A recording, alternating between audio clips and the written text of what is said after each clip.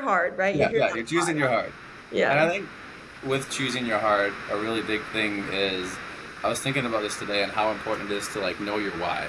And I was having a conversation with a friend the other day, and we were just talking about how like different my mindset on things has changed since a kid. Just like growing up with my family, I remember so many times we couldn't watch these movies that came out because like the kids would do something bad and they'd get away with it. My parents would be like, "Oh, the end justifies the mean. That's horrible," and like basically like black, white, like the why doesn't matter. And then I was like thinking about all that I care about now with anything that I do, anything I work on, anything I do throughout the day is like, okay, Jake, why are you doing this? What is your goal here?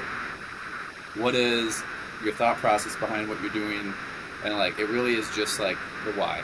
Like, I could do anything in my day and be okay with it as long as like in my head the why behind it was okay. And I kind of got to that point. Like, I feel like the way I phrased that sounds really bad, but I was getting into like the people that do something bad for a good, or at least in their intentions, good purpose. Hmm. And then you also have the people that like only do something good so they can post it on social media and like get attention from it. You're like, Yeah. So really like interesting thing to think about because so for me what comes up when you say that is like most of the time people are going to judge you anyway, right? Like right, regardless of whatever. what you decide to do. My whole thing that I've been living through is lead with love.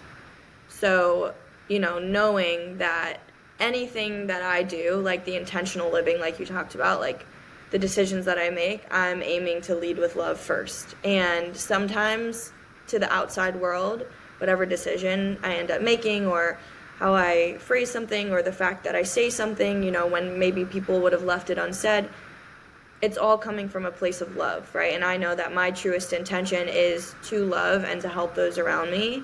And it looks different to everybody. Just like, if you see a crime happen, like you said, some people are doing bad things, but like for a good purpose. Like people don't see what the back end is, and they never do. And that's why it's so important that we're living for us. Like there's a lot of talk about being selfish, like living selfishly. They say like 20s and 30s is like your time to be Yeah. selfish. And it's like yes and no. Like you have to put yourself first, but it's also like you said, the why behind it. Like what are you actually doing it for? And I think it's just important to realize like you can't really make a bad decision. But if where you're coming from is from your heart, which is it's hard to do in the world of today, is like bring it back to your heart. But if you're coming from your heart, the decisions that you end up making, they don't have to make sense to other people. And I think that's something that it was a good reminder for myself just then too, is like it doesn't have to make sense to other people as long as it makes sense to you, and you just keep leading with love. Yeah, and it doesn't. I think that there's like a big push for like, oh, if you're gonna do something that other people don't agree with, you have to like explain yourself. And I just have gotten to the point where I don't want to say that I don't care, but I don't care. Like it's like like in a loving way, I don't care. Like it's just like I like don't have the time and energy to invest in that. And like I think Yeah.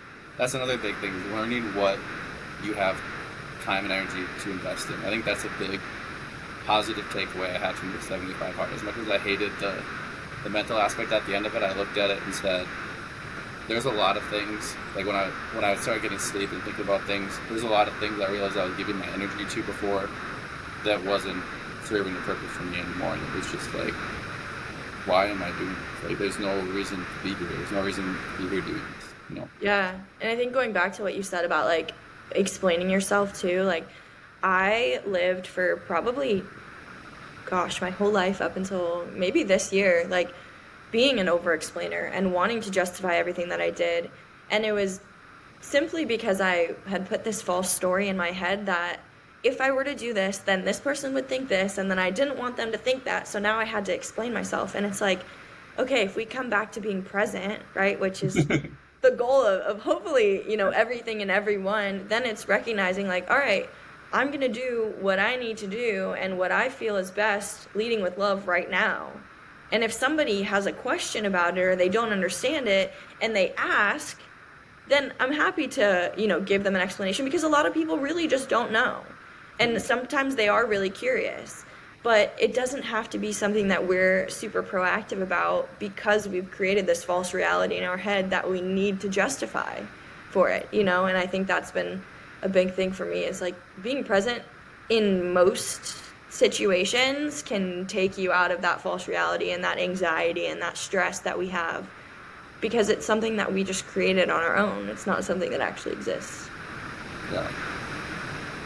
Going from being present, you actually posted something, I think it was yesterday, maybe it was today that I saw, but it was about staying in situations longer than they serve you. And I felt a little bit called out when I saw it, because I've definitely done that previously. So I wanted to talk about that, if you're comfortable talking about it. Yeah, for sure. I think for me, it's been like multiple situations in my life. And more recently, I was working a job as an assistant coach, where I knew things didn't align for me. And I kept telling myself, like, oh, like, it's okay, it'll get better. Or like, oh, it's all right, like, she'll come around, or like the situation will just, it'll work itself out. And it's like, I think there's a time and place to surrender to the universe and everything that is coming for you. But if you're constantly getting these gut feelings and this intuition that like this is not where you're supposed to be, like it doesn't feel right, like it's okay to make a change, and you should make a change. And for me, I didn't, and so it led to me getting fired.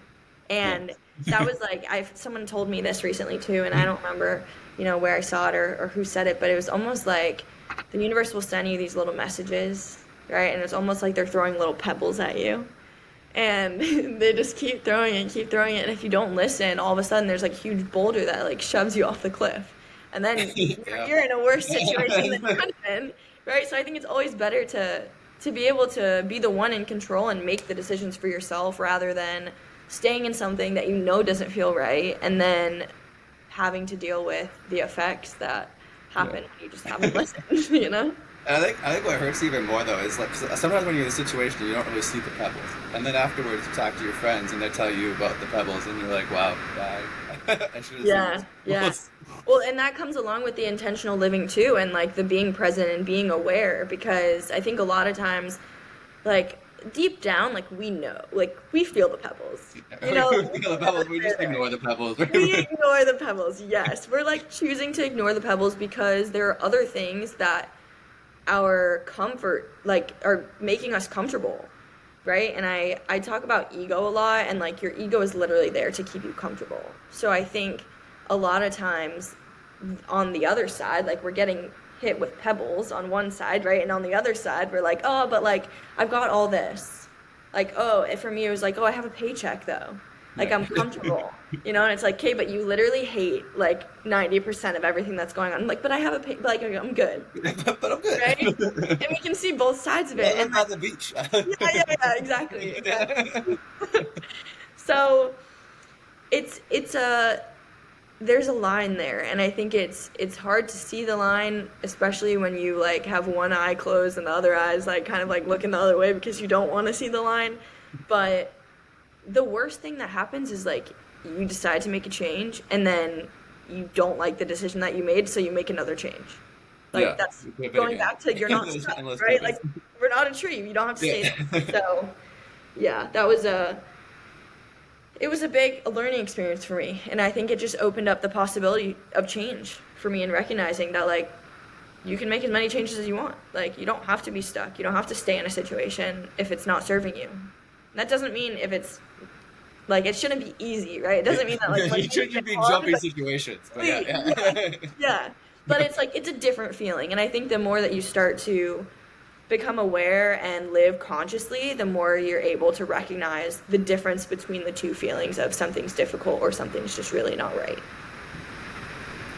Okay, so going off seeing the pebbles, I don't know if I told you, I'm not really close to my family, but I have this other family that's basically my family now, and so basically like my mom now, like I don't know, like blindsided us all and had this conversation about red and green flags.